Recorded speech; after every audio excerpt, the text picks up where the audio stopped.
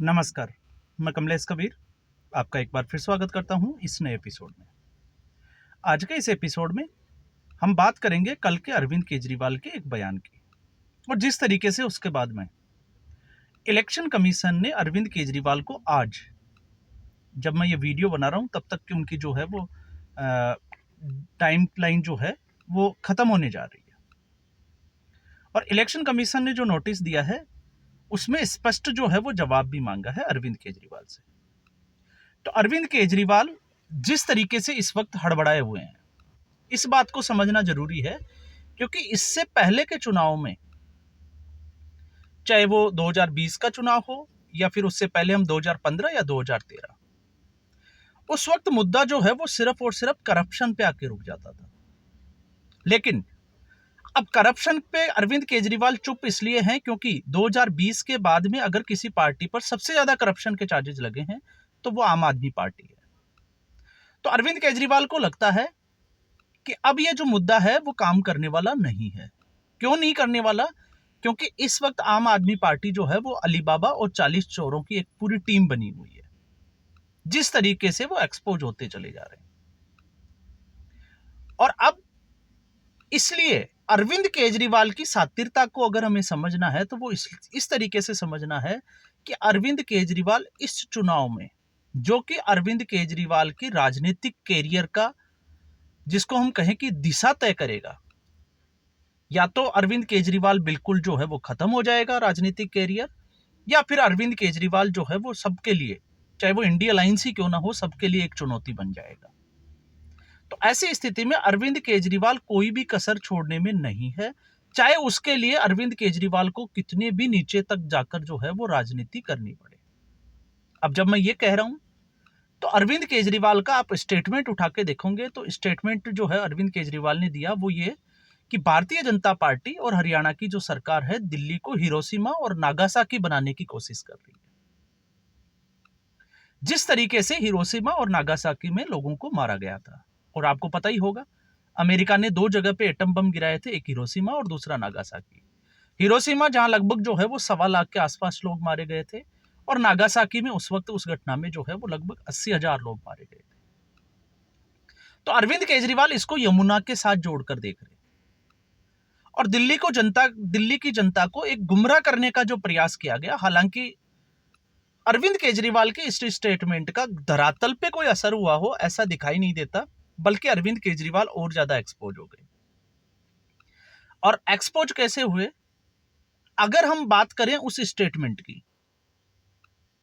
तो अगर मैं आपके सामने फैक्ट्स की बात करता हूं तो फैक्ट्स क्या कहता है, क्योंकि अरविंद केजरीवाल ने जिस चिट्ठी का जिक्र किया था वो थी, आपको पता होगा, जो दिल्ली के जल बोर्ड है उनके CEO I think Shilpa Shinde ऐसे कुछ उनका नाम है, जिन्होंने जो है वो चीफ सेक्रेटरी को एक चिट्ठी लिखी थी और उन्होंने जो यमुना का जो पानी है उसमें अमोनिया का जो लेवल है उस स्तर की जो है वो चिंता उठाई थी, या हम कहें कि एक गंभीर सोचने वाला या इस विषय को जो है वो उठाया था। तो अरविंद केजरीवाल ने उस चिट्ठी को पढ़ा और उसके बाद में अरविंद केजरीवाल को लगा कि ये सबसे सही वक्त है जब संगम में लाखों करोड़ों लोग डुबकी लगा रहे हैं, तो ऐसी स्थिति में क्यों नहीं भारतीय जनता पार्टी के ही ये जो है वो ये चिपका दिया जाए। लेकिन अरविंद केजरीवाल ने जो बड़ी गलती की वो बड़ी गलती ये थी कि उस चिट्ठी का अगला पेज जो है वो पलट के नहीं देखा, ना आम आदमी पार्टी के किसी प्रवक्ता ने देखा। तो वो अगला पेज क्या था, अगर हम उसकी बात करें तो उस अगले पेज में पिछले 2 महीने का पूरा जो पानी का जो अमोनिया का स्तर था उसका डे बाय डे का एक डेटा था, जो 1 दिसंबर से शुरू होता है और 27 जनवरी तक आता है। तो 1 दिसंबर और 1 दिसंबर 2024 के अगर हम उस डेटा की स्टडी करते हैं, आप जाके जो है वो गूगल पे फैक्ट्स चेक कर सकते हैं, तो मैक्सिमम जो अमोनिया का जो स्तर था वो 7.2 के आसपास है, मतलब 7 के ऊपर है। 1 दिसंबर 2024, ये आज के 2 महीने पहले की बात है। और फिर उसके बाद में अगर 1 जनवरी हम 2025 की बात करें, तब एमोनिया का जो स्तर था वो लगभग जो है वो 7.8 के आसपास था। कुछ डेसिमल, 1 महीने का अगर आप ट्रैक रिकॉर्ड देखोगे तो कुछ डेसिमल की जो है वो बढ़ोतरी हुई थी। लेकिन अरविंद केजरीवाल ने जो दावा किया, और दावा ये था कि पिछले 4 दिन में वजीराबाद जो प्लांट है हरियाणा का, उससे जो पानी छोड़ा गया उसमें जहर मिला दिया गया ताकि लोगों की जान ले सके। अब आप सोच के देखिए। तो फिर मुझे लगा कि क्यों नहीं इसके लास्ट के जो 4 दिन हैं, या हम कहें कि जनवरी महीने का डेटा जो है वो पूरा खंगाला जाए। तो जब पूरा डेटा अगर आप उठाओगे अमोनिया का, पीपीएम का, तो जब मैं 1 जनवरी नए साल वाले दिन की बात करता हूं तो उस दिन जो है वो 7.8 के आसपास था। और जिस दिन ये चिट्ठी जो जारी की गई है, ये डेटा जारी किया गया, उस दिन जो है वो 7 के ऊपर आ गया। ये मतलब जो 1 जनवरी को जो पीपीएम का स्तर था अमोनिया का, वो 27 दिसंबर को कम हुआ है। और पिछले 4 दिन का जो है वो इसी के आसपास जो है वो वेरी करता है। और इसी महीने में 14 जनवरी का अगर आप उठा के देखोगे तो वहां पर मिनिमम जो है वो पीपीएम का स्तर रिकॉर्ड हुआ पूरे महीने का, जो 3 के आसपास है। तो अब आप समझ गए होंगे कि अरविंद केजरीवाल किस तरीके की राजनीति कर रहे हैं। यमुना का जल स्तर, या हम कहें कि यमुना का जो पानी है वो साफ नहीं है। और जिस तरीके से अरविंद केजरीवाल ने दावा किया था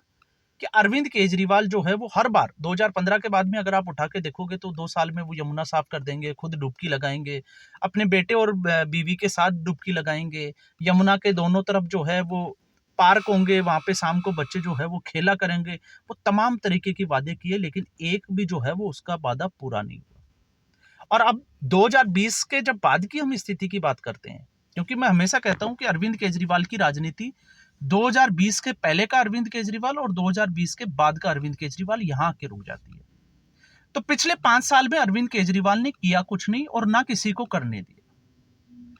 ऐसी स्थिति में जब अरविंद केजरीवाल ये कहता है, आप समझ के देखिएगा इसको, अरविंद केजरीवाल ये कहता है कि केंद्र सरकार ने 2 से ढाई साल जो है वो कोरोना में वो काम कर ही नहीं पाए।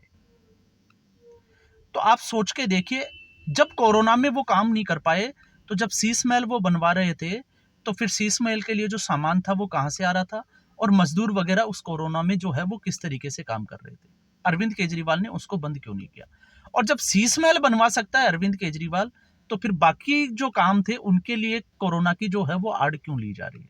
और उसके बाद में अरविंद केजरीवाल जब ये कहता है कि केंद्र सरकार ने, एलजी ने उसको काम करने ही नहीं दिया, तो अब उनके अगर कुछ पार्षद वगैरह को आप देखोगे, विधायकों को जो एंटी इनकम्बेंसी का शिकार हुए और जिनको टिकट नहीं दिया गया, उनका यह कहना था, आपको पता होगा जब मीटिंगें हुई उसमें भी, कि अरविंद केजरीवाल ने उनको काम करने ही नहीं दिया। तो ऐसी स्थिति में जब अरविंद केजरीवाल की राजनीति के आसपास देखते हैं, अरविंद केजरीवाल ये कहता है कि एलजी ने काम नहीं करने दिया,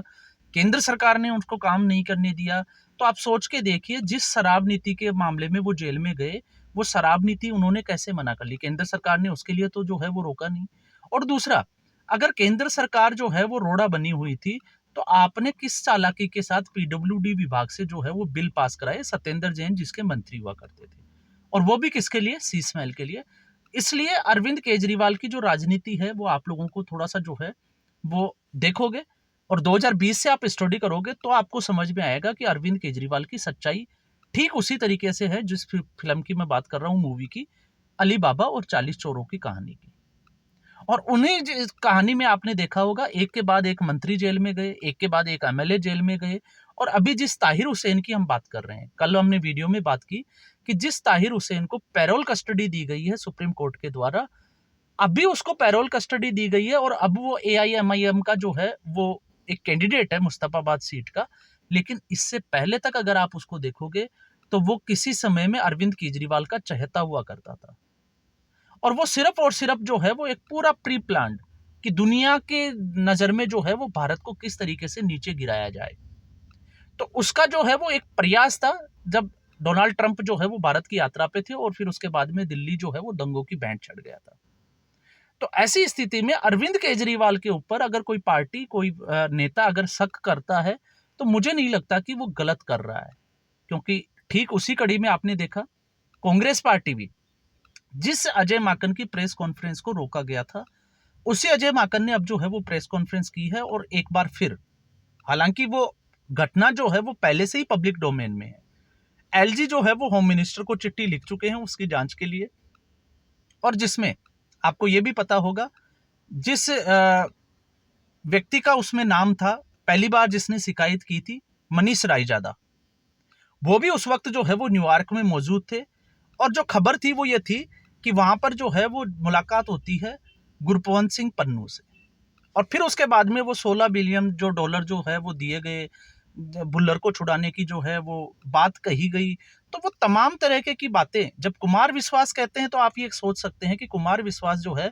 उनको पार्टी से निकाल दिया गया, इसलिए वो आरोप लगा रहे हैं। लेकिन जब इस तरीके की गुरपवंत सिंह पन्नू भी इस तरीके की बात करें और वो कहें, और उसी का नतीजा था, आप समझ के देखिए कि भगवंत मान की जो रैली भगवंत मान का गणतंत्र दिवस का जो प्रोग्राम था वो फरीदकोट में फाइनल हुआ था। और जैसे ही गुरपवंत सिंह ने पन्नू ने धमकी दी बम से उड़ाने की, तो उसके बाद में उस जगह को जो है वो पहले मोहाली और फिर उसके बाद में जो है वो पटियाला कर दिया गया। तो ये सारी कड़ियां जो है वो फिर अगर आप देखते हो तो ये जुड़ती हुई नजर आती है। लेकिन इनको जोड़ने से पहले अरविंद केजरीवाल के, किसी भी अरविंद केजरीवाल, मैं नहीं कहता वो भारतीय जनता पार्टी, वो कांग्रेस पार्टी या किसी भी पार्टी या किसी भी व्यक्ति के ऊपर अगर आरोप लगाता है तो मुझे लगता है कि आपको और हमें जो है वो फैक्ट्स चेक करने की जरूरत है। क्योंकि अरविंद केजरीवाल बड़ी ही चालाकी के साथ में, आपने देखा होगा, बिना कोई एक्सप्रेशन दिए जो है वो जिस तरीके से अपनी बात रखता है, तो सुनने में हमें ये लगेगा कि अरविंद केजरीवाल सच बोल रहा है। लेकिन उस चेहरे के, उस नकाब के पीछे की कहानी और होती है। तो उसके लिए सिर्फ और सिर्फ आपके पास एक ही रास्ता बचता है कि आप जो है वो बड़ी गहनता के साथ उन फैक्ट्स को चेक करें जिसके ऊपर अरविंद केजरीवाल बात कर रहा है। और इस पे मैं उम्मीद करूंगा कि आप जो चिट्ठी में जो पीपीएम अमोनिया का स्तर का जो आंकड़ा जो दिया गया है,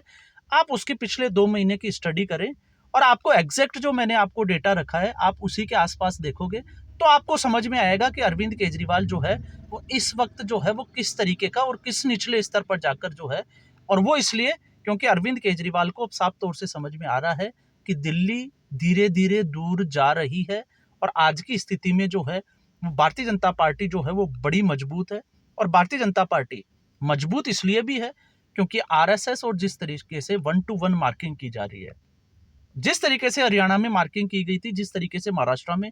उसी रणनीति पर भारतीय जनता पार्टी जो है वो काम कर रही है। और अरविंद केजरीवाल को यह एहसास हो गया है कि इस बार जो है वो दिल्ली जा रही है। और दिल्ली जाने का मतलब है कि आम आदमी पार्टी जो है वो धीरे धीरे जिस तेज गति से ऊपर आई थी उस तेज गति से जो है वो गायब भी हो जाएगी। तो आज के एपिसोड में बस इतना ही। उम्मीद करूंगा वीडियो एपिसोड आपको पसंद आया होगा। वीडियो को लाइक करें, शेयर करें, चैनल जरूर सब्सक्राइब करें। धन्यवाद।